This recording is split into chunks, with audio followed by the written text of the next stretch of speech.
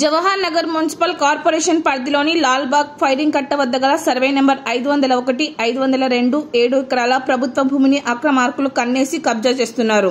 చదును చేసి ఫ్లాట్లుగా మార్చేస్తున్నారు. స్థిరాస్తి వ్యాపారంతో అమాయక ప్రజలకు అంటగట్టి సొమ్ము చేసుకుంటున్నారు. కొందరు భూ కబ్జాదారులు ప్రభుత్వ స్థలాలను కబ్జా చేస్తున్నారు. ఒక్కొక్క ఫ్లాట్లను 10 లక్షల నుండి 20 లక్షల వరకు అమ్మేస్తున్నారు.